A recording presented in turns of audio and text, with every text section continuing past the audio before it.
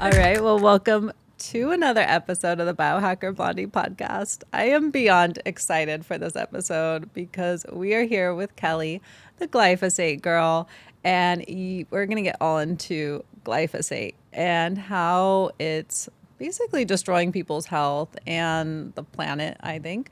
So welcome to the podcast. And if you can just give an intro, how you got into glyphosate and what was your inspiration behind this and your education as well.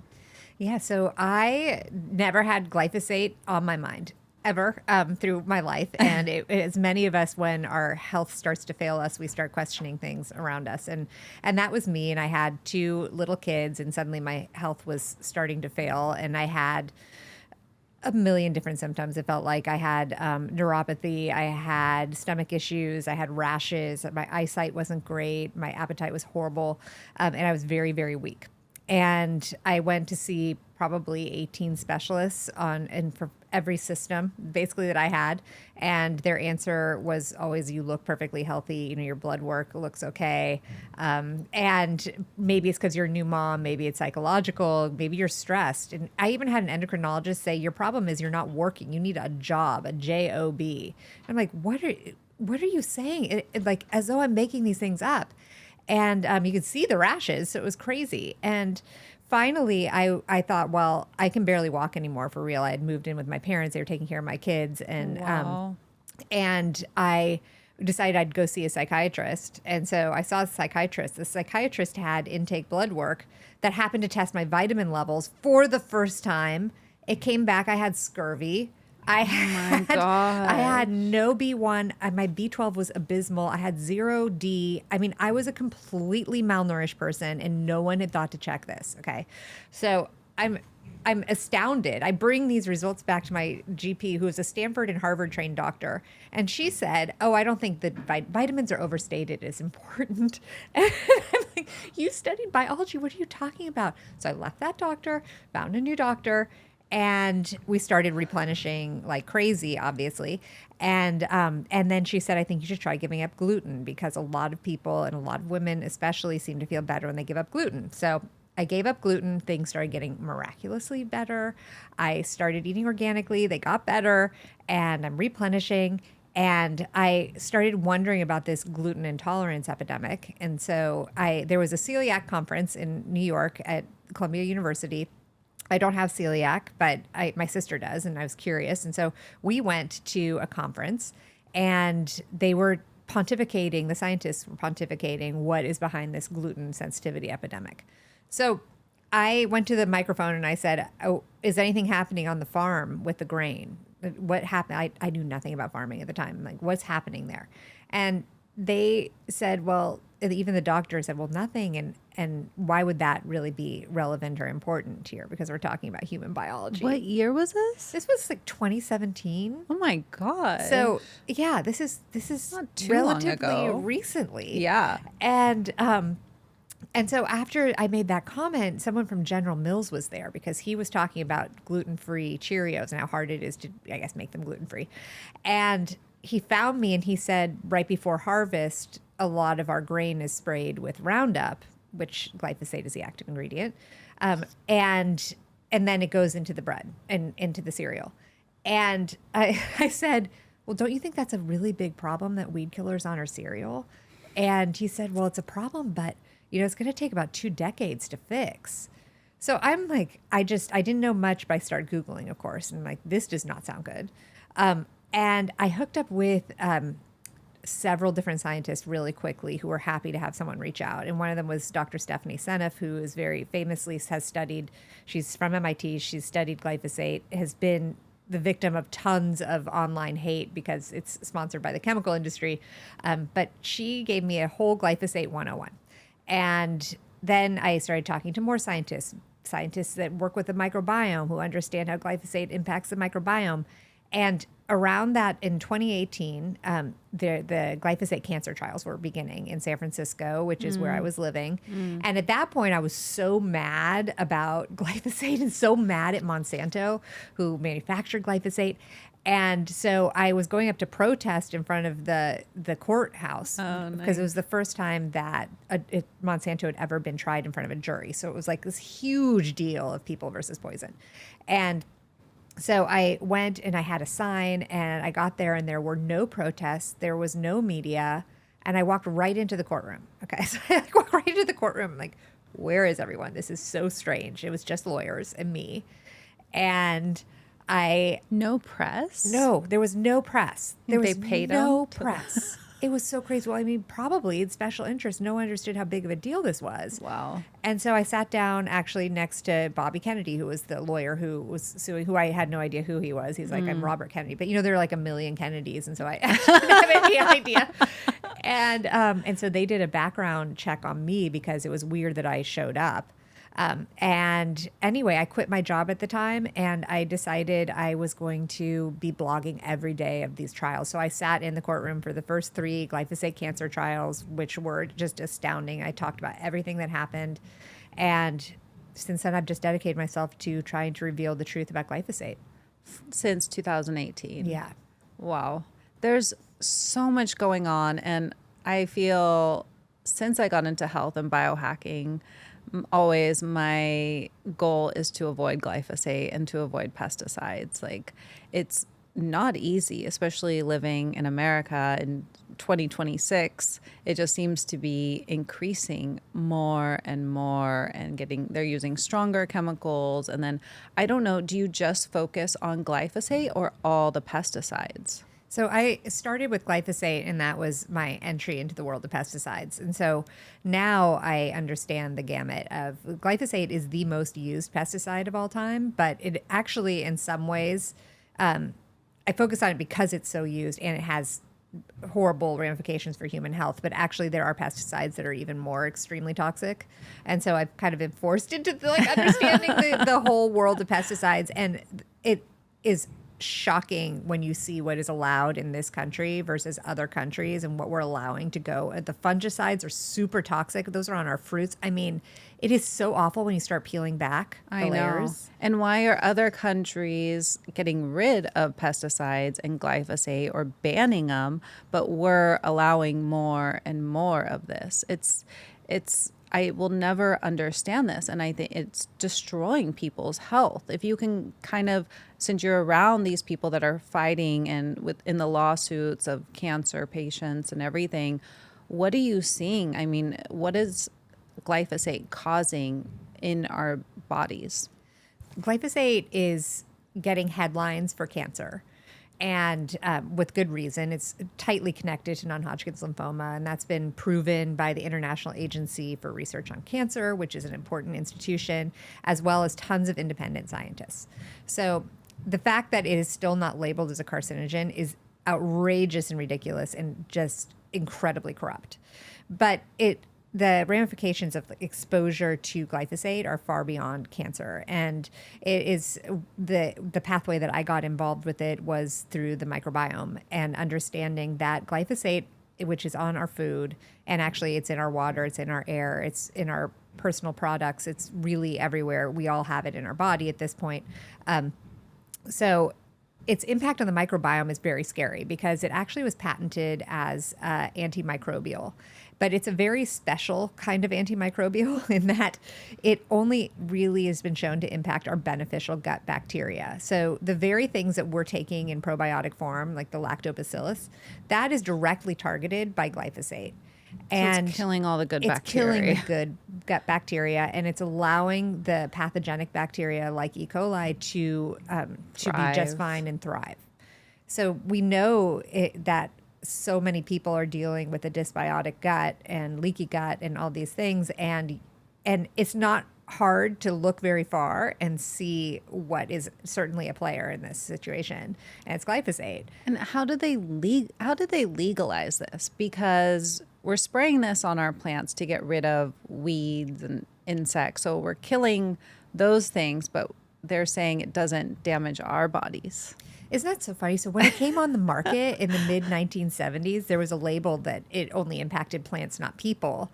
And maybe there's a chance at the time they thought that. There might be a chance because before that they had used a lot of even more toxic pesticides. And so this was like this golden product and people were so excited. Oh, it won't impact us.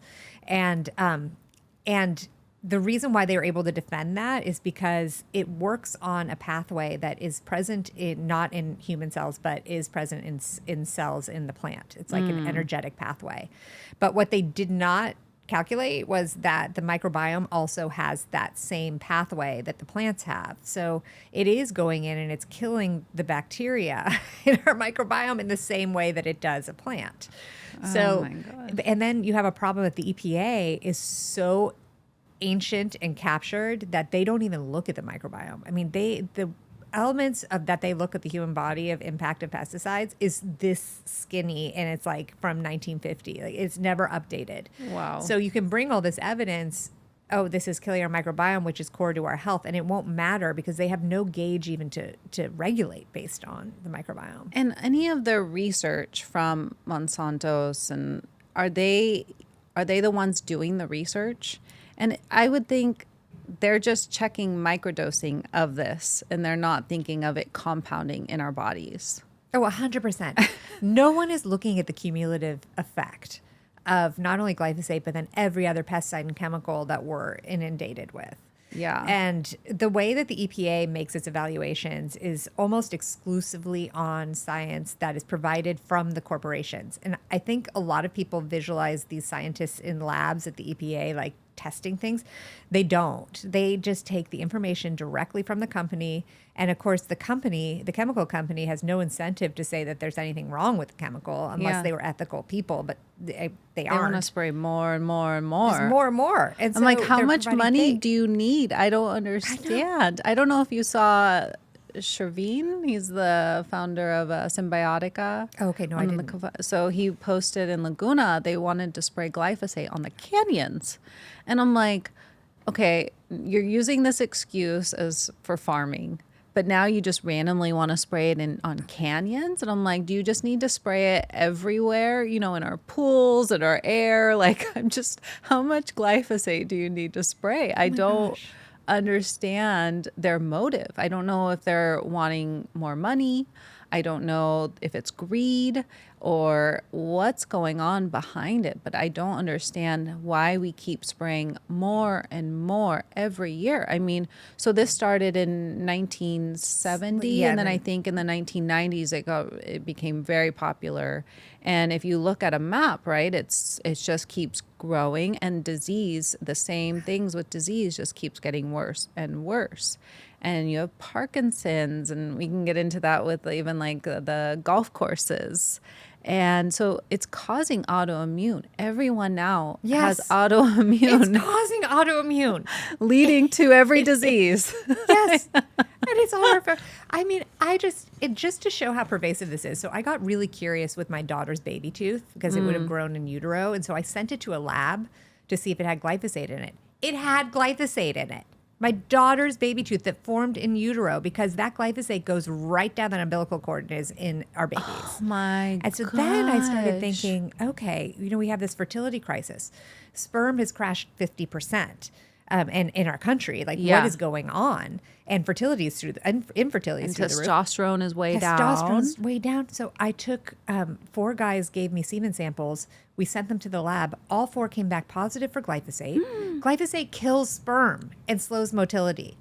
Oh And my so gosh. and then after that, a study came out in France that showed all of these French, because in France they still use glyphosate in farming, and they showed that French farmers that were using glyphosate had higher infertility than those that don't, and they found it in their semen. I'm like, I have the answer, and so I actually went in a deep dive on reproduction and glyphosate. I went to the EPA, presented all this evidence that it is contributing to lower testosterone, miscarriages. I mean, the research is there, and they took notes, and then they showed me literally out the door. Never heard anything again. And I brought this up to Lee Zeldin, who's now head of the EPA, and I said, we have a fertility crisis. Something has got to stop here. Yeah. And stop acting. And everyone has to stop acting like it's some mystery. We know exactly, not just glyphosate, but all these poisons that are lining up. Yeah. And they just kind of shrug. And Congress did tell the EPA that they need to start doing endocrine disruption screening on all these chemicals. And so what they did with glyphosate is they did a first screen and they took all the evidence that Monsanto had provided and showed that there's no problem with hormones and exposure.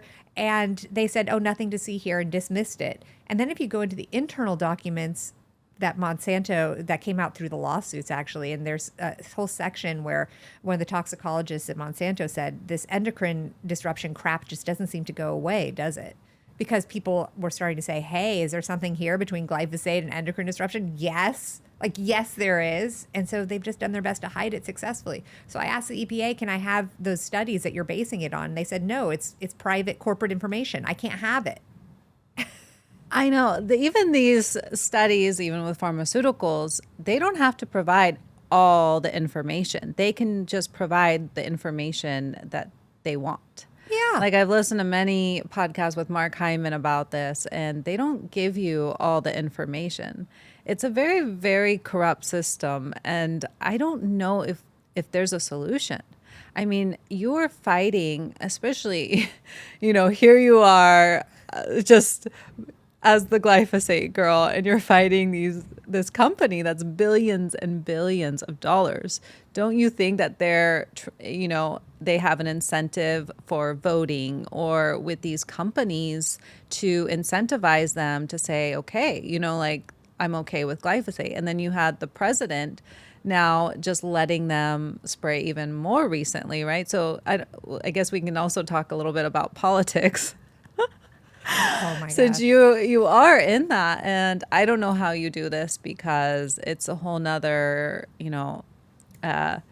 difficult situation that do you feel like your effort is doing something, because, I do think it is getting more and more out there on social media. I see a lot of people posting about this. And then we had recently in Florida as well. So can you just talk about what just happened with President Trump and RFK? Yes. So I was very excited, just to go back a little bit. I was very excited to join Bobby Kennedy in his independent campaign because I knew that no one talks about Rachel Carson and pesticides more than Bobby Kennedy. Okay. Yeah. So this guy seriously cares about it.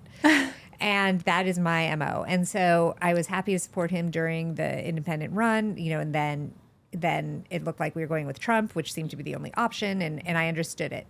And I actually went into this with enthusiasm because I'm independent.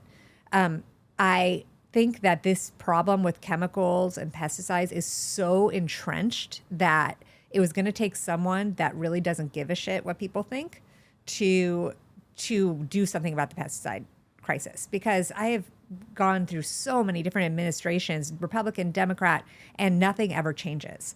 So the thought is, can you make this so volatile that on a whim, he might say, hey, we're done with this. And in fact, in the beginning, he said, we're going to do something about pesticides. Pesticides are really bad. This is what Trump was saying. So we're just so excited, but I mean, cautiously optimistic, right? Yeah. And, you now have someone head of HHS that cares. And we came out just so strong. And last May, with the first MAHA commission report, glyphosate and atrazine. Atrazine is really problematic for endocrine disruption, another pesticide. We come out. It's in the MAHA commission report. We're going to do something about this. And there was never a call for a ban, by the way, but it's like, can we decrease our exposure? And by the time the second follow-up report to that came out, the Farm Bureau and the chemical companies had descended on the White House and said that's not going to happen. And so all of the provisions that were potentially going to decrease our pesticide exposure just disappeared overnight. And now we understand that Susie Wiles and Pam Bondi, who are, right there next to Trump, have worked with lobbyists that have their number one client is Bayer. So they are so tightly connected with the lobbying groups that have represented Bayer that it's like having Bayer running our White House. And no one knew this. Oh my gosh. Except something weird was happening because we felt like a lot was happening in MAHA, but not when it came to chemicals and pesticides. And so then you have this huge Supreme Court case coming up right now. And this Supreme Court case is the glyphosate cancer case. And it has now reached this level where it never should have, frankly. And the Supreme Court could decide if they were going to hear the case or not. And you get a recommendation from the president, and the president says, oh, what is your opinion? Should the Supreme Court spend time on this case? And so we were floored when the White House suggested, on behalf of Bayer, that the Supreme Court take up this case and side with Bayer. Bayer now owns Monsanto, by the way. This is a foreign chemical company. In Germany, right? In Germany. Yeah. That we have no obligation to, and they own our government. So what is at stake with this case is so scary, because if Bayer wins, it is going to strip all Americans' rights away to sue pesticide manufacturers. This is not just a glyphosate case. This is 57,000 different pesticide products that we will not be able to sue pesticide manufacturers when we get sick, when we get ALS, when we get Parkinson's, when we get cancer, infertility, autoimmune. We will not be able to sue. So that's where we are, where this administration, which I wholeheartedly supported and probably brought some votes over to, is now supporting a pesticide liability shield for foreign chemical manufacturers, including ChemChina, which we buy a lot of our pesticides from, and it's government run from China. It's just wild. So then, as if that wasn't enough, President Trump comes out a few weeks ago and passes this or signs this executive order. Now, there was no reason to sign this executive order to increase manufacturing of glyphosate in the United States. Maybe you could make the argument we want to be less dependent on China, which manufactures most of it, and we should make our own. Okay. You could do that. You don't need an executive order. You just sign those, that you just have the mining start. You didn't need a big announcement. Yeah. And so under this guise of national security, this executive order comes out flagging to everyone, including the Supreme Court, hey, you better pass this on behalf of Bayer. This White House is working for Bayer. And all of us were like, what the heck is this?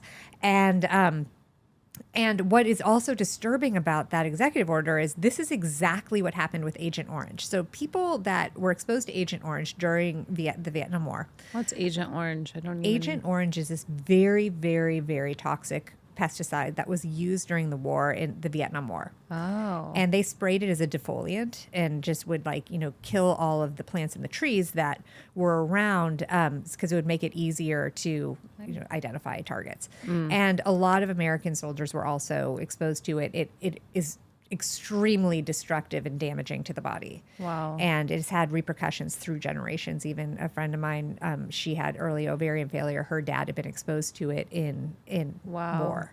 So it was really notorious, and they never had to pay out any large settlements, and they got protection because it was under national security. Wow. So now you have the same thing happening, where now we are going to have glyphosate on behalf of national security. So it's going to provide this protection around Bayer. How did this happen? Money? Money. It's money. Yeah, they're It's just paying money. everyone They're off. paying them, and millions of dollars went. I think it was $1 million went straight to the Trump inaugural ball from Bayer and the Bayer lobbyists. And how is that even legal? it's so sick. Until the money is taken out of the system, we really stand no chance. And I am stunned. This is what's most shocking to me, is that they are willing to lose an election on behalf of Bayer. Because what's happened now is, the MAHA, Make America Healthy Again movement, has been shown that was the percentage difference that won the election for Trump. So that is a really important voting block that is only growing by the day, because a lot of us are like, we don't care. We just want to be healthy, have clean food and water. Yeah. and so that voting block, they're willing to sacrifice on behalf of getting money from the chemical corporations. And it just blows my mind, because they're going to give up power. I know. It's very disturbing. And have you spoken with RFK since this whole ordeal happened? Yeah. I've listened to a few podcasts, and I think on Joe Rogan and everything. And then Joe Rogan was like, how crazy is that statement you just said, where you're putting poison on all of our vegetables and fruits and our food system as an excuse, and it's poison. It's poison. And we're microdosing it. So I guess, for that day, if they're doing a research saying, okay, we gave them, a little bits of this glyphosate, but over time it's building up in the system. And now I'm telling you, everyone, and I speak to a lot of doctors, and and I see a lot of blood work. Everyone has autoimmune. Everyone has gut permeability. Yes. There's these mast cell activation. The mast cell is crazy. I know, like all these things, Crohn's disease, like colitis. I'm like, these are not normal. Like, and I've listened to RFK speak many times about in the 70s, we never had any of these things, And so what has changed? It's pesticides. It's pesticides. It's this toxic. It's not hard to understand. Yeah, it's like that is what's happening. And I feel like our bodies are very resilient for everything we put it through, that I'm surprised some miraculous. People. I know. What we put up with. But I'm like, you can only take so much, and our bodies they're still functioning, they're still going. But yeah, that's going to happen. We're going to have these diseases when you're putting poison in your body on a daily basis. And it's everywhere. It's in the water, it's in the soil. And that's why, I go to Europe and I feel so much better in like Greece or some certain areas, or South America too. Like I do always feel better, like naturally. I try so hard to be healthy here, and it's always that inflammation. And I feel like no matter what, I filter my water. I only eat organic. Now I try to do regenerative because I don't even trust the grocery stores at Whole Foods or anything. Yeah. And it's still, I think, a difficult issue. Are you testing your glyphosates a lot? So now I don't, because I just found it depressing. Because I, eat organically, and still my levels, and I don't even know. In fact, a friend of mine had so much confusion about where her glyphosate levels were coming from, because she was being such a purist. And then it turned out it was because she would take her dog for walks, and the dog in the park where they would spray it there would be, glyphosate. It doesn't just disappear; it stays there forever, right? That's why I'm so worried about the future of the earth and the soil, because I'm like, when does this actually get out of our soil and our water and our food system? How long does it take? The good news is that when we decide, hopefully as a society, which right now is questionable, I thought we were there. I thought we decided as a society, because, by the way, this is bipartisan now. Republicans and Democrats both care about pesticides very much. So it's not just Democrats. It's not just Californians. It's everyone. But when we decide as a society we're going to go post-pesticide era, there are some amazing solutions that are out there. They're just waiting for funding that can start lifting the glyphosate out of the soil. So there are alternatives. Some of the scarier things are the forever chemicals. Glyphosate isn't one, but the PFAS that many people have heard about. And they're starting to use PFAS pesticides, which just passed in this administration. I lost my mind. I lost my mind so much, actually, that then I wrote a petition to remove Lee Zeldin from head of the EPA that got picked up. And then I got a meeting with Lee Zeldin because of it. And I was like, he was defending something that he was incorrect about whether these pesticides were actually harmful to human health. And the thing is, like, a lot of these political appointees that get put in these positions, they don't have a background in the subject. It's just a political appointment. And so then you're dependent on the people that work for you. Well, who has been appointed to this EPA but a whole staff of lobbyists that came straight from the chemical companies that they were working for just like a month earlier. And so they, of course, are just telling Lee Zeldin, these aren't harmful. These aren't harmful. And he's telling me this. I'm like, you need to go back and see how harmful these are. These are forever chemicals. They don't leave, that we're going to be spraying on our soil. Oh my gosh, it's crazy. I'm not sure, and maybe I'm not sure what the tipping point is going to be.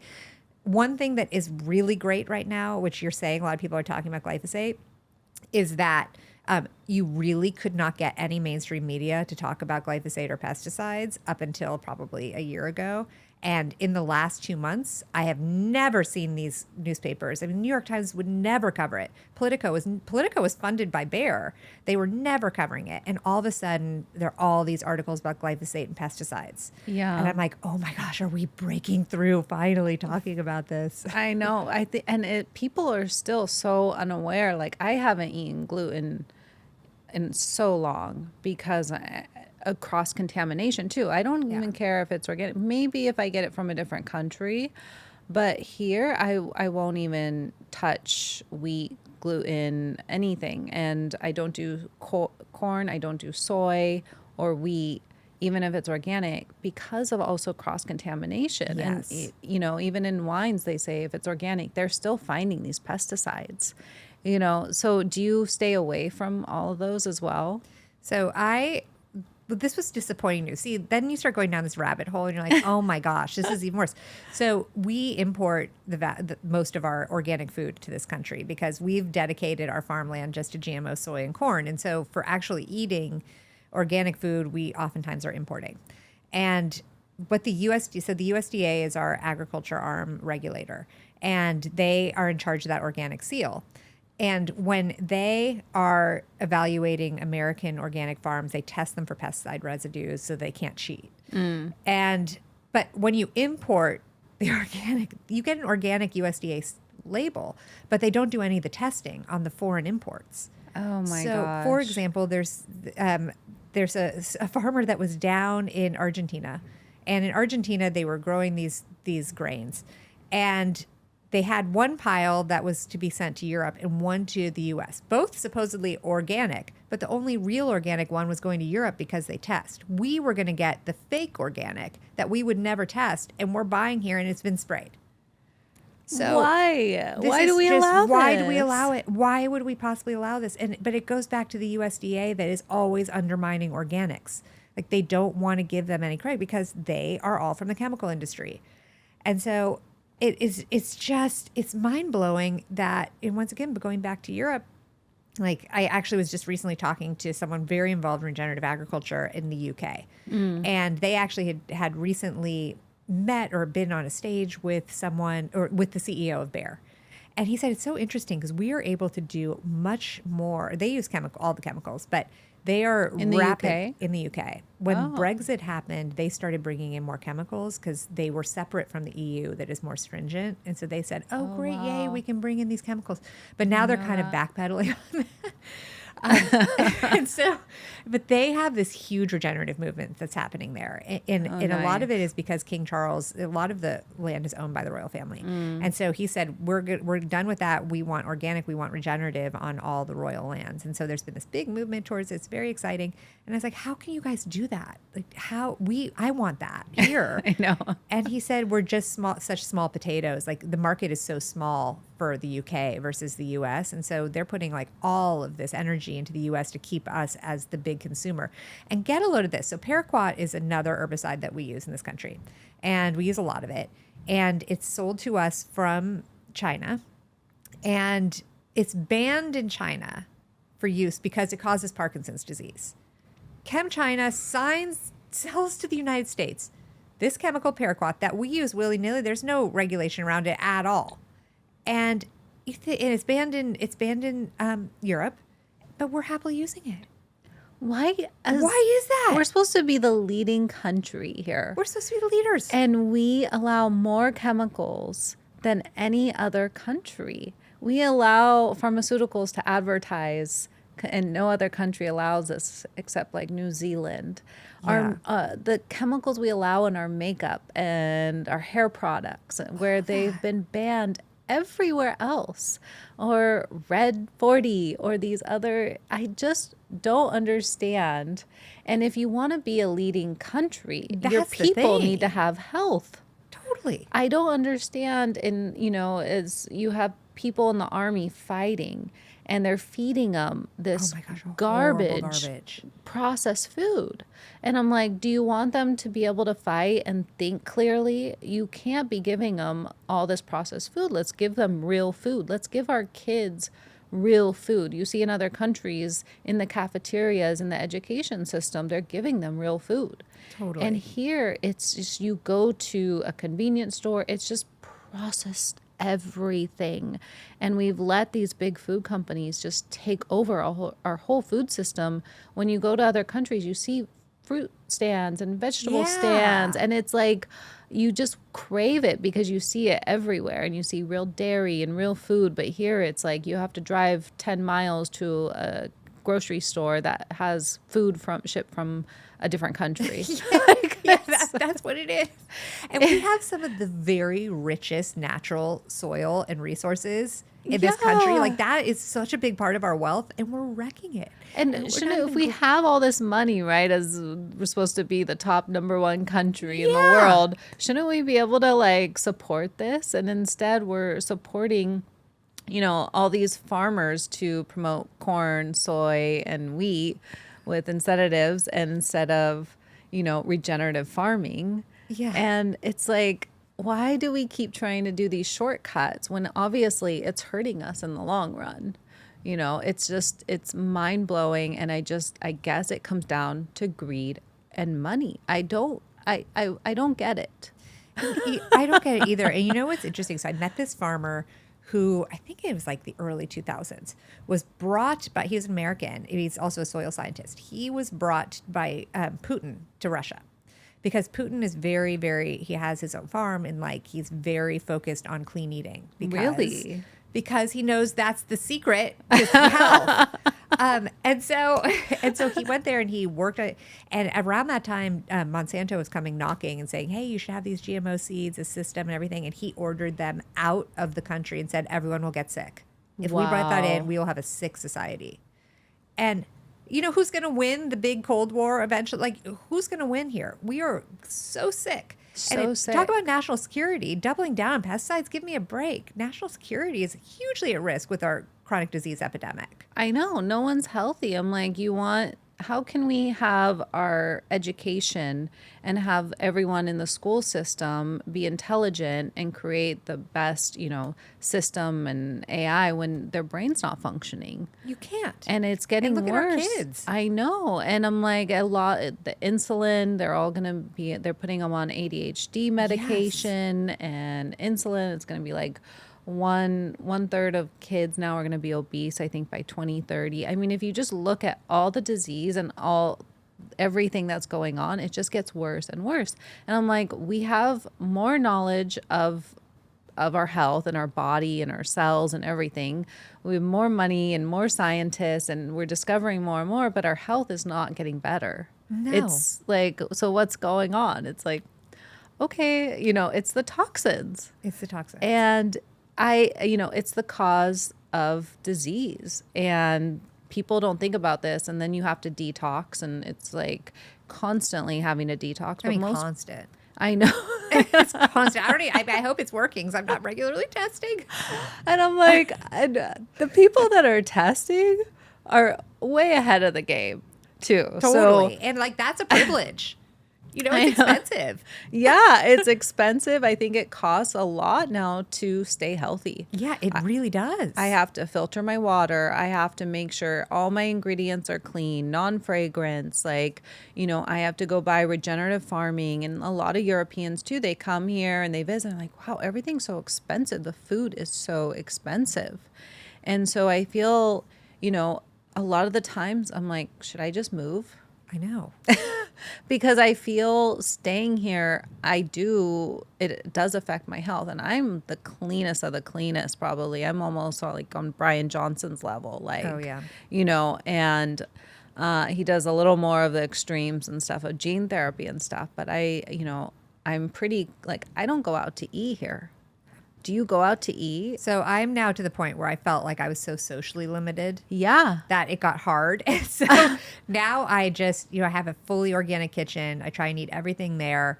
And then for social reasons, I'll go and eat. But like, I just was at a dinner, a few weeks ago, I remember, and I was just looking at it and I knew the problem is, what you're eating and you can almost see it once you know that much about, like, when I'm out. Now I'll usually just order a steak and I don't have any of the greens because I know, or the fruits, because I know what's going on with those and it's not good. I know. I'm like, I'm probably ingesting pesticides and restaurants, of course, like, an all organic restaurant? I don't even know if that's heard of. In Miami, we're getting an exciting new regenerative organic restaurant in Wynwood. Wait, It's coming. What's it's so the name? Exciting. I don't know the name yet. I know the person. There's a amazing farmer and just like visionary named Carla, and she is opening what's going to be the cleanest restaurant. Also, sorry for those who aren't in Miami, but we are getting the cleanest grocery store in the country called Nude Miami Oh my over gosh, in Brickell. I love them. So now I know I love them so much. So, I think the place to be might be Miami is my point. I know. I do, and I've lived in San Francisco, I lived in LA, and then you also have New York, but and so I do feel my healthiest here. I think people are very active. It's a walking community. I'm really grateful for if you asked me to move probably a few years ago, I would be like, you're crazy. It's a party city. That's what I would think too. Yeah. But now it's like the up and coming. And I think a lot of people are obsessed. very healthy, fit, active, but of course I think a lot of people can be fit and active and not really healthy at the cellular level. For sure. So I always am thinking, I always want to make sure I'm healthy internally, so my brain's functioning, I'm happy, I have energy. I think a lot of people just think of the outer appearance and they're not thinking how do they feel on the inside. And you should have energy all day. I mean, I've been on the other side of health too. Like I've been iron deficient, hospitalized, almost died because they overdosed me in the hospital in San Francisco. Oh my gosh. Had to give me a blood transfusion because I couldn't see or walk after they overdosed me. What is going on with our San Francisco doctors? I I'm like supposed to be a great hospital. They sent me. I was very iron deficient and I was vitamins. That's why I'm like, please go do blood work because one deficiency of selenium, iodine, iron, vitamin B, any of those can have a big impact on your immune system, on your whole body's function, on your hormones, everything. So I've been there with vitamin deficiencies and one deficiency can throw off your whole body. So it's so important to do I do all blood work and I'm shocked. We're a very small percentage of people in the health, era. Like we're doing the blood work, we're testing for toxins and everything. And then you look at the rest of the US and it's so rare. Oh, it's so rare. And it's like, I'm in this bubble of health and wellness and longevity and stuff.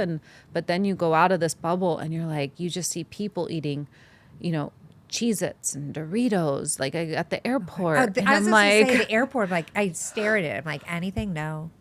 And you go to other countries and they have real food that tastes amazing. And I'm like, why? Why is this so difficult in our system? And it just, I don't know, like I feel very appreciative because we do have freedom and we do have opportunity here. And we have so many amazing people in the US and tech and all this and the safety as well. And so I do feel very appreciative of living here. But then I wonder, is my health taking a toll?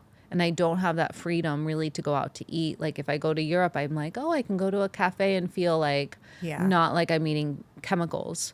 Totally. And here I don't have that freedom so much. I eat at home 99% of the time because I don't want to ingest chemicals. Yeah, I know. And, I was I went for a farm tour actually in Normandy in France. And what's funny is I expected it to all be organic fields and it was not. But one thing that they are not doing is any of the pre-harvest desiccation that we do here, like that drying that I was talking about of our can grains. you explain that? Because are we the only country that allows that? I think that they still do in Argentina, same country that's sending us the fake. Oh my things. gosh. But no, I mean, it is crazy. So what happens in this country, and it hasn't been done that long. It's been since around 2000. Okay. Oftentimes farmers will take glyphosate and at the end of the growing season, they want to just do one pass of harvest because it's cheaper to do it that way. And so what they do is they spray the entire field so that it all ripens, basically dies at one time with glyphosate. So it kills the crops of the wheat, in this case, or the oats. And then they can just do one pass and harvest it all at one time and it's already dry. So you don't run the risk of it like not drying fully, or I guess it decreases risks. But it's not the way it's been done throughout history. It's not mandatory that it's done. It's just been glyphosate is super cheap. They can go and do it and they get their harvest. It goes directly to the mill and then directly into our food supply after that spray on the field. And so we are just getting, when you look at the testing levels, sprayed glyphosate. completely fresh into our grains. And They also are using it on legumes. So a lot of times in hummus, you'll see really high levels. And sadly, now there's been this pivot because a lot of consumers are saying, hey, we don't want our stuff sprayed with glyphosate. So the farmers are now using other chemicals. So Paraquat that I was talking about that's banned in China but sold by China is used a lot on our chickpeas. And Diaquat is another one. There's just been recently approved the first GMO wheat in this country. And it's going to be... you can spray glufosinate on it. It's like it's a seed that's teamed with glufosinate, which is more toxic than glyphosate. And I just am looking at that. It hasn't had no human health studies at all. Already thinking about how we are doing very poorly with grain in this country. So why not bring in a GMO wheat? I mean, are you joking? What planet is this suggestion coming from and being approved? I mean, it blows my mind. With no research. Like, they're so specific, like, peptides, like they're going after peptides or they're going after protein powders and like these certain health things that are actually helping people, but they're not going after our food system or all these pesticides. Or like they can do whatever they want without any research. Totally, because they say it's safe to manufacture. It's crazy. I'm with you though, because I just feel like regardless of the fact they use pesticides, they use less pesticides in Europe for sure. Yeah, and the food is much healthier, and they're eating real food. You can taste the difference. Yeah, and it has more flavor, way more flavor. And that's what we used to have. In fact, I was on a regenerative farm, and it was amazing because they served fresh meat and they had fresh fruits and veggies, and I was like, oh my gosh, this is how it's supposed to taste. This is what it tastes like in Europe. I know, it's almost like candy. Yes, it's just wow, this is very sweet. I'm like eating this cucumber, and I'm like, oh my gosh! And then everyone, like when I was in London, they're like, the food isn't even that great here, and I'm like, it tastes way better, has flavor. I was in Greece and I'm like, oh my gosh, this Greek salad, the Greek yogurt, the eggs have more flavor, everything. Everything. And that's why I think people too might not, love to eat so much whole foods here and go more to processed because there's not as much flavor in our whole foods. It's I hadn't thought about that. Of course, that's right. Yeah. And I'm like, if you actually had all these nutrients, and we've discovered this, I mean, broccoli and all these vegetables from 50 years ago had twice as many nutrients as they do now. Our soil is depleted.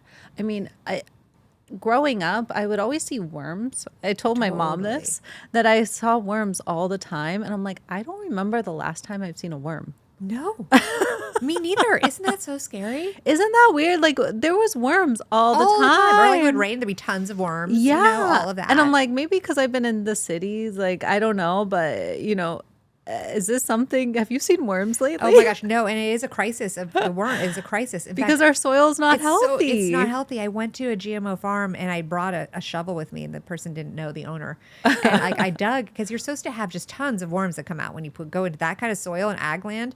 There were a few carcasses, like that was it. There were no worms, 0 worms. They are all dead. And they're such a really important part of the fertility of our soil.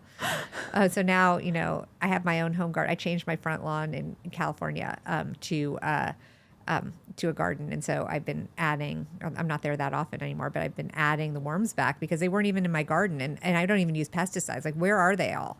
It's very strange. Like I was thinking about that. I'm like, where are the worms? And I think it's because we've destroyed our soil. There's nothing there for them. So why are they going to be there? That's right. There's nothing to feed on. Do you, with Europe and other countries, a lot of countries do not need to use pesticides or glyphosate.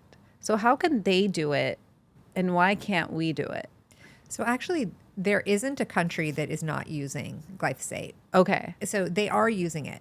Every country. Maybe there's Sri one Lanka. country that's all So I don't know if you've Sri heard Lanka, of. Okay. And I'm like about to move there. yeah. And so, but the thing is that they aren't using as much. Like they don't have GMOs. Which is a big part of the reason why we have so many pesticides that are used. They don't, they're using it for spot treatment. It's not this overwhelming just dump of every kind of pesticide. And the other aspect of it is that in a lot of these countries, especially in France, they have made it so that it will not be used in public places. So you cannot go into Home Depot and buy any of these synthetic pesticides. They have like an organic option, and that's all you can take to your house. It's all you can use in the park or the school grounds or whatever. So your overall toxic exposure is so much less, and the water is better because there's just not this runoff from that kind of use. Yeah. And so that is a really big part of it. And just the overall, what you were talking about, the cumulative effect. If they've banned, I think it's something like 68 pesticides are banned in Europe that we use and regularly. And so that makes a big difference to our overall toxic load for sure. Yeah, you have a buildup. It's like a bucket of toxins, and I feel like ours in the U.S. is just like overflowing compared to Totally. other countries.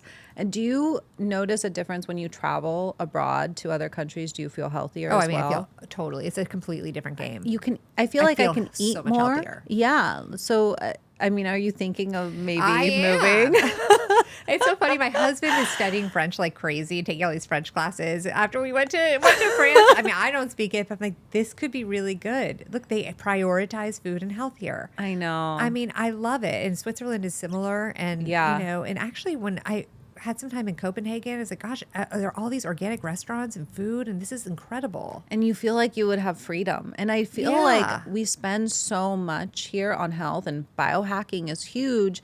I don't think it's as common in other countries because I feel like their health is not as bad as it is here. So we're battling all these toxins nonstop. So we have to supplement because all of our foods are depleted of nutrients and minerals. So we're having to supplement a lot more. Peptides are a huge thing, and I feel like it's because we need to counteract all these other I was thinking chemicals that's why as well. biohacking is Like big. I know, like the gut, everyone's like, oh, BPC, KPV, to actually try and heal the gut permeability, because I feel like everyone is showing signs of autoimmune, high ANA, high HSCRP, all these inflammation markers are on the rise. And you're seeing this in 20-year-olds, 30-year-olds, and can you imagine? Little kids. Yeah, and little kids. And I'm like, if this is happening now, because, my grandparents, they were eating pretty normal whole foods. This is not something that we've had for hundreds and hundreds of years. No. We're just seeing these generations now full on pesticides and chemicals. And I'm like, what does their future hold? Because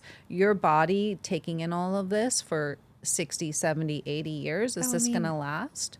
And then it's no surprise that our longevity is so much lower than Europe's. Yeah, I can I know. tell you And I'm why.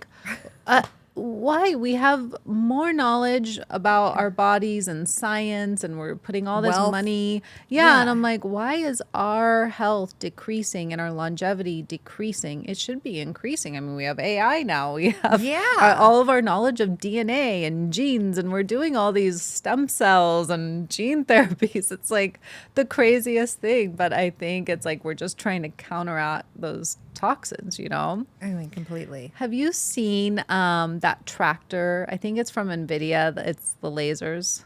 Oh, yes. Have you- As the alternative? Do you think this is going to be a solution? So I've spent a lot of time on alternatives. I do a lot of work now in regenerative agriculture. And what was frustrating to me about this is like, I'm looking at this like to me, that is like the necessity because of biohack. The similar thing that's happening with humans. So the soil is so messed up from all of these chemicals that, there's one way to heal the soil, and that's to go back to natural methods that we were all born for, or we can keep on trying to innovate these other ways. And so, and I'm looking at this and I'm like, so this laser suggestion came up as an alternative to killing weeds, to glyphosate and to other chemicals. And I'm glad because, the administration was like, oh, MAHA got really pissed off about the glyphosate thing. So can we put money into alternative methods without touching the pesticides, I know.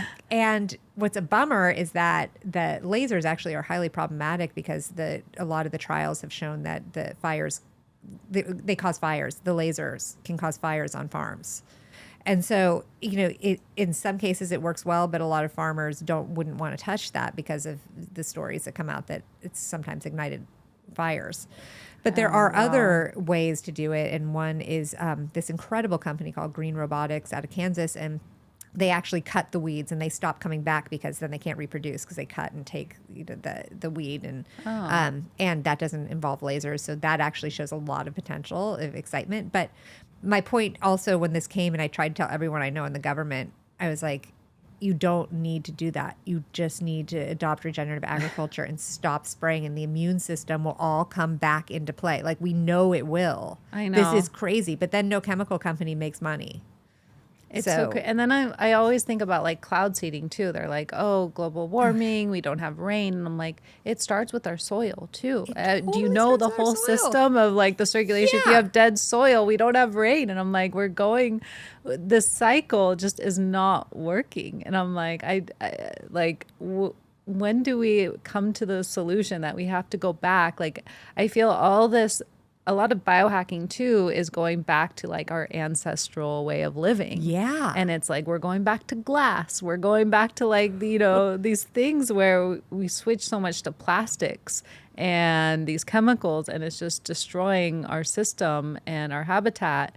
And it's really hindering everyone's health. And I'm like, we need to go back to how nature intended things. Completely. And I think that's why it's a shame that more women aren't in charge. Yeah. Now, unfortunately, the two women that are in the White House are the ones that are pushing bear. But I do think that there's something innately feminine about understanding that natural cycle and understanding that this is not feeling quite right. Yeah. And maybe it's because, our fertility is impacted or whatever it is, but Everything. Everything. And but yes, I agree. It's the exact same thing on the farm, that it just needs to back up. And I know some farmers are saying, you don't know because you aren't on the line to grow this food and everything, which I understand. And that's why it's really important when we're talking about regenerative agriculture. There's some plans that are incredible where these groups go in and they have a typical GMO corn and soy farmer who is completely dependent on subsidies coming from the government. They have to spray or else they don't get their crop insurance. And it's all, they're entrenched in the system. Not willingly, they're completely dependent on it now because they trusted that this was a way to go back in the 1990s to go into GMOs, and now they're stuck. And a lot of them are very excited to learn. For example, a farmer will go 1 year and say, okay, on that field, I'm not going to spray a fungicide, which they say I should spray whether there's fungus or not, which is, you can sell more chemicals, but I'm not going to spray it this year and see what happens. And then I talked to one farmer who literally was praying in the fields that it was going to be okay, his crop, even though he didn't do that. And then the next year, amazingly, that field had much less pest problem because he hadn't sprayed. He was restoring the ecosystem in one of his fields. And Wow. you just see, over a few years, you see the ecosystem starting to rebuild. The birds come back. Like, it's totally like Biggest Little Farm, but on large row crop farms. Wow. And it is so spectacular. And we've been, I'm involved with the film Common Ground. And we have made a short version of it. We've been trying to show anyone who will watch in government to understand that this could actually happen in a large scale, because they'll tell you it can't. But it's I right know. there. I think a lot of that's the thing. I feel like farmers get pushed so much. Like they have a difficult job. They do. I feel like they're not getting paid much. If a crop season doesn't work, then they're out of money. The tractors are very expensive. All this. So, and then they're being incentivized by the government as these subsidies of wheat, corn, and soy. And so we need to provide that for regenerative farming, but instead, and so what do you hear from farmers? I mean, is this something where they're saying it's too difficult to switch to regenerative farming? The farmers, it's a mixed bag. So farmers have the highest suicide level. They have something like 3 times as the higher level of suicide than the general population. It is a really depressing thing to be involved in, and a lot of them have to have another job off the farm because just to make ends meet. So the crisis is real for farmers. And so when those farmers that are the chemical farmers are going to DC and saying, hey, we're really struggling here, that's not a lie. The farmers make very little money off of any of it. The chemical companies make the money. So the farmers are just the tool for the chemical companies to make all this money. And it's terrible. It's so unfair. They're deeply in debt, depressed, stuck in a system. And they're probably being exposed to glyphosate and my these gosh, they're chemicals. exposed to everything. I mean, are Everything. we testing their levels? And so there are a lot of epidemiological studies going on in farmlands, and they are definitely sicker than us. Their cancer levels are higher. In Iowa, the cancer levels are so high, and they know it, but they're stuck. And so when you do have these farmers that are saying, "Okay, enough is enough," there's a social problem too in a lot of farming communities where when one of them starts to do these crazy things like being regenerative, sometimes they can be social outcasts because they're stepping away. And even in a case where one wasn't welcome back to the church, the local church, because they were They're making the statement that rebelling. you're doing something wrong, I am doing something right, even if they're not saying that, but their practices show it. Wow. And so the social pressure and stigma around it is hard. So you have to overcome that and then get the education to know what you're doing on the farm to actually restore the soil health and all of that. And that education gap can sometimes be problematic because the education arm of the USDA typically that has these extensions in various states, usually they're not trained in regenerative practices. They'll know some smaller things, but not really like, here's a full farm plan that you can put together, and then over the next 10 years, you're going to regenerate. So there's just a lot of hiccups. And another thing is that a lot of times the farmers don't even own the land, so they're leasing land. Wow. And they lease it year to year. So if they're going to be investing money in regenerative practices, but not know if they're going to be able to lease the land in the future or if in 10 years, they're not incentivized to do anything to change this year because they might not see the benefits of it on the other end. What a corrupt system. It's so corrupt. Because sometimes, I just look at some farming on another country. It looks beautiful. And also the cows, like, Oh, I know. they look healthy. They look like really healthy cows. Yeah. And I'm like, here, I feel like they're not living a good life. You kind of feel like No. they're just impacting. And then we have this obesity crisis. Everyone's saying, well, we have a food shortage. Yeah. So that we need to like provide more food with these chemicals. That's Yeah. but I'm like, well, everyone's obese. So if we just cut everyone's consumption down to 1/3 or something, truly. I don't think we need to use these chemicals then, right? And we No. don't need to produce as much food. Oh my gosh, the guys, like the motto of how the United States has to feed the world is so tired. So like after World War II, there was this big push that the United States needed to defeat communism. And so they couldn't have some countries like India hungry because starving people are more likely to fall, that was a thought, are more likely to fall into communist regime. And so there was this massive push to get this wheat to India so that starvation wouldn't be such a thing. And that happened, and actually it was good.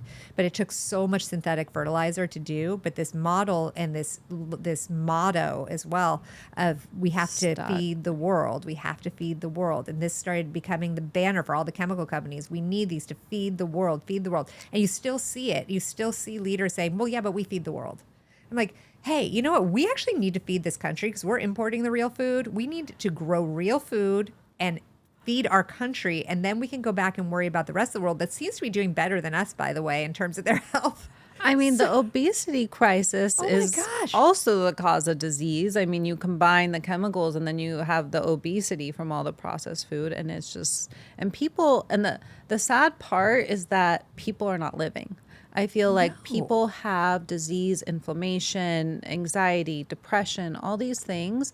They're overweight, they're exhausted, they have brain fog. So most people are not really, I feel like, living a healthy life. They're not clear head. They're like, just brain fog all day, low energy. And that's the sad part, is where people are not really living and enjoying life. Oh my gosh, I couldn't agree more. And, I think because those of us who have been sick, when you don't have your health, it is, nothing else matters. I think Bobby Kennedy has said that. Like, nothing else mattered to me. I just wanted my health back. And then when you feel real health, maybe for the first time in a lot of our lives, because for me, it was probably the first time.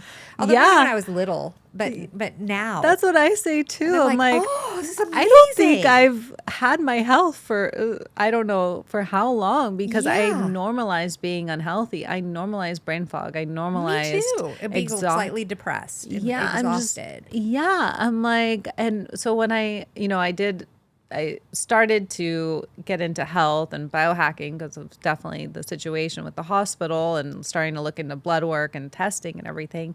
And then I went and saw Matt Cook in San Jose. It's like Mark Hyman's doctor, everything, because I was listening to podcasts. Yeah. Never doctors. I had to do my own. I was listening to all these people in the longevity space. Because once you get burned, you're like, okay, I'm going to start doing my own thing and going down the rabbit too. hole. And that's how I, cured and helped my health. And it was just, but I had to do so much to really get my health. But it was like, I did ozone and an IV with Dr. Matt Cook. And I woke up the next day and I was like, I feel so good. Oh my gosh. And I'm like, I haven't woken up like this and had energy like this. And I don't know. And I was like, is this how I'm supposed to feel? Right? Exactly. Is this how it's supposed to feel? Is this how we were And naturally then I got meant to really feel? addicted because I was like, wait, this is how I'm supposed to wake up and feel? Yeah. It's like a totally different planet or something. And I don't just- think most people know how it feels to be healthy. No. I Definitely think not. Everyone's walking around just as like going through the day, going through the motions without realizing how unhealthy they feel. A lot of people are in pain. A lot of people are dealing with some type of health issue and not really having health. And once you realize how good it feels and mentally and physically, Yes. you're like, I want to stay away from these toxins. I want to eat real food. I want to like filter my water because I want to feel this good every day. Yes. And there's a whole movement with longevity, but also on every day, 24/7, I want to feel my best, Yes. Oh, entirely. And I feel sad that some people will never know that feeling. I know. And it's hard to get out of the system. And I don't blame Really anyone hard. because, I feel like these companies and the big food companies, they go to places like hospitals, education, where they don't really have a choice. And so, or anywhere where it's like part of the system, low income, they put themselves in those positions. So, fast food chains and everything, they like thrive off of those places where they don't really have a choice. Totally. And so it's really hard to get out of that cycle of toxic food and then unhealthy habits and not sleeping and, and depression and everything, medication, and then you're in the system. Yes. And it's like, how do we get these people out? It's so difficult to get them it's out of so that hard. loop. It's so hard. And it's especially hard when you're feeling really sick to Yeah. motivate. 'Cause Yeah. You just want to get through the day. Yeah, and they're like, just give me a pill. Yeah. Whatever it is. I have to work. I have to do this, Yeah. I don't have time to think about that. Yeah. So I just, it's definitely a fight that is difficult. And you keep going. I don't know how. I don't know how either. I have to say, this executive order from Trump was a big blow. The morale has been pretty low. And I'm like, at what point is this stupid? Yeah. Like, why am I wasting my life trying to fight something that can't be won? Why do you think RFK is defending I think if he wants to keep his job, he has to. Yeah. That's what I think. I think he definitely isn't happy with the situation. This would not be something that would make him happy. I just know that. Yeah. And you're kind of at a point where you're like, okay, well, if I stay, as a friend almost, at Yeah. least maybe I can get other things through and not completely ruin the whole relationship. I think so because, and when you look at the real food and the pyramid and all that, that is actually really a huge deal. Yeah. Instead of and putting like Cheerios If you- and other Totally things above ridiculous eggs things. and meat. It's like, Totally crazy. And that's going to dictate what school lunches can serve because they have to go off of that pyramid. So there's a whole downstream effect of that. Oh, so I'm nice. like, okay, I see why you had to do that, but it's frustrating. yeah. But I did want to mention that for those who are feeling passionate about it, we are throwing a huge rally on April 27th in front of the Supreme Court for that big Supreme Court case I was talking about. And it's called the People versus Poison. And this is a bipartisan, everyone should come. We're just tired of being poisoned and we're going to let them know. Oh my gosh. Is this it's just on the 27th? Just on the 27th from 9 a.m. to noon. We're 9 gonna have a.m. some to really noon. cool Okay. speakers and we're hoping that we are so loud that they hear inside of the Supreme Court during the hearing that what the people want. I think it makes a difference, and can you also, as we talk about this forever, but can you explain what just happened in Florida? Oh, yes. Oh, my gosh. So this was I'm busy moving my residency to Florida, and then I paused because in Florida, there was a farm bill that's just the state farm bill, and they had slid in a provision that was a food and ag-gag law, meaning that if just even this podcast would be problematic because no one would be allowed to criticize food or farming practices, or else they could be sued for defamation. This was just in Florida. Just in Florida. Oh my God. I could not believe it. And they were happy to do it. And this is all from the big, because Florida, I've learned, the government is pretty owned by Big Sugar because of all the sugar cane that's grown in Florida. And so Big Sugar, they're mean bullies like a mafia. And they don't like this big movement right now where literally actually RFK has been saying it's they don't like free speech. And so I actually joined up with this group called the Captains for Clean Water. That is an amazing group of dudes that are fishermen in Florida, and they've seen just all this death basically in the water, and it's terrible, and all this pollution from all the pesticide spray and the sugar. And so we joined, we went to Tallahassee, which is the capital, and we fought tooth and nail. And we finally found someone that was willing to actually pull it out of the farm bill. And so we won that moment. It was this huge moment because I was like, I'm going to have to stay in California. And this is terrible. Yeah. And so, but now, just last week, there was a new bill that they're trying to slide in that would be considering people like us terrorists. Oh my God. I mean, it's just crazy. And so, I'm really working hard to raise the awareness of Floridians because it's weird because Florida on one hand is this growing bastion of freedom. And then on the other hand, there's this theft at that free speech. So. And what can people do? Because I know, like I've seen on your posts and everything, they can call and what can people do to try and, help the situation? So this is so important. I cannot overstate how important phone calls are. Okay. But they actually move the needle. And so, I'm always posting about it. I'm like, God, people must be so bored. It's like every day. Oh, No. call this person. People don't, they might see it. Honestly, you have to post it 10 times for it to yeah. Because it makes a huge difference. And this is the thing, like sometimes it's call your state, sometimes it's called federally. And I used to be nervous to call before I was involved in it because I'd be like, oh, I'm probably going to talk to the congressperson. I won't even know what to say because I don't know this story in depth. Actually, it's a staffer that picks up the phone. They'll record that you called. You only have to say a few things like, I don't like this bill, and you read it from whatever my post is, and you say, okay. And then they'll just make a note of it, and they log it in a list, and then they hand that to the congressperson or whoever it is, how many people called. Oh, okay. So it actually is really important. And just another thing that they're trying to pass these same pesticide liability shields in different states. And they've already passed it in Georgia and in North Dakota. Wow. Where now if you live in those states, you can't sue pesticide manufacturers if you get sick from exposure. So I've been trying to work at the state level as well. And if you go to stoppoison.org, you can sign up and I can tell you in your state when your liability shield comes up, and you can start making those phone calls. Oh, wow. So, and then you also have Glyphosate Facts. So can people Yes. also find information there? So you can go, I have many different things. Yes, I have Glyphosate Facts is an educational platform where you can go and see, and I've linked to actual scientific studies that show the damage from exposure to glyphosate. It's very user friendly. So if you're new to the subject, you can learn about it. It's very basic. And finally, if you're interested in regenerative agriculture, I'm the co-executive director of American Regeneration. And we have these fabulous farmers that are our advisors, and we're trying to move policy towards regenerative ag. And there was just a bill signed for like $1 billion towards regenerative farming as well. Yes. Do you think that's going to make a difference? So some of our farmers were actually working on that from our team, and we were really excited that came through. It's a pilot project, which means we hope that many more billions are coming in the next 3 years. Yeah. But that's kind of remains to be seen. It will make it's better than nothing, but it definitely needs to be many more billions to start to really touch the move issue. the needle. Yeah. Yeah. It's.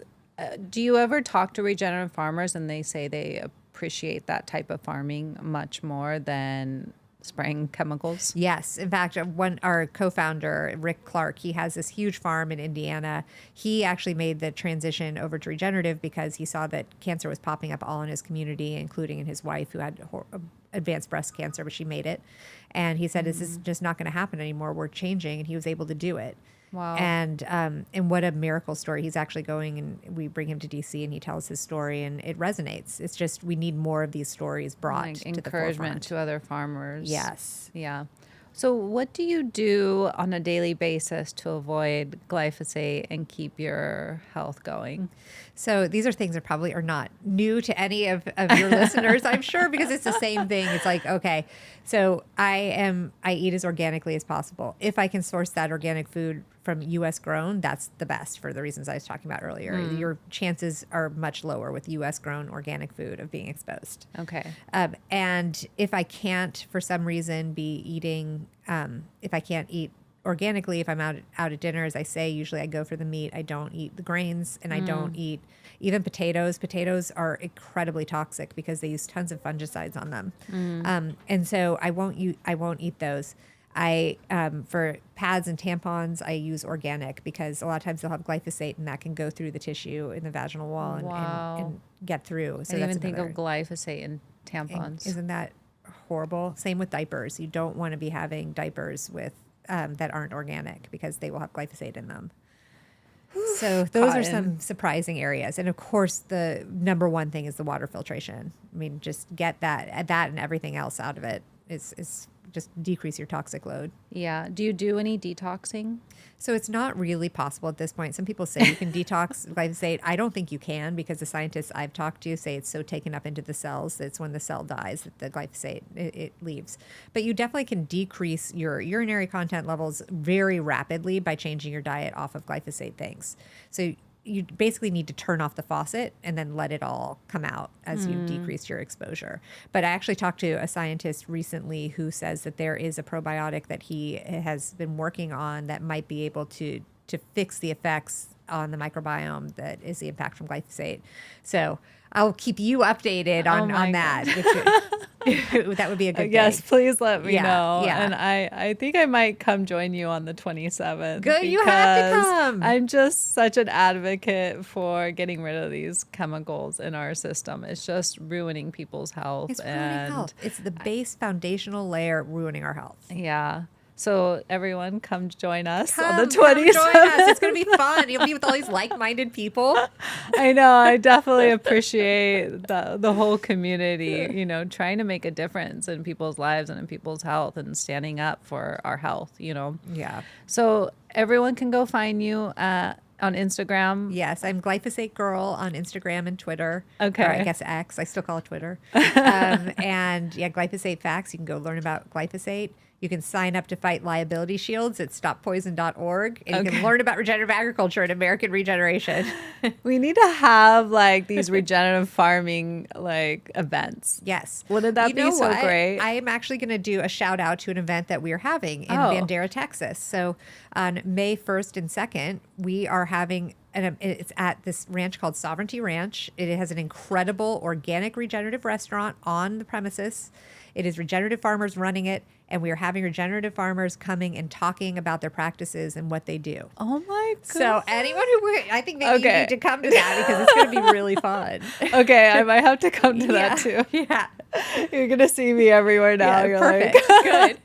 Good. Well, thank you so much for coming on the podcast. I'm sure we could talk for hours and hours about this, but I really appreciate you taking the time out of your day, and hopefully we can get the word out more and more and encourage farming, regenerative farming, and improve people's health by getting rid of these chemicals. Definitely. Thank you for having me. Thank you.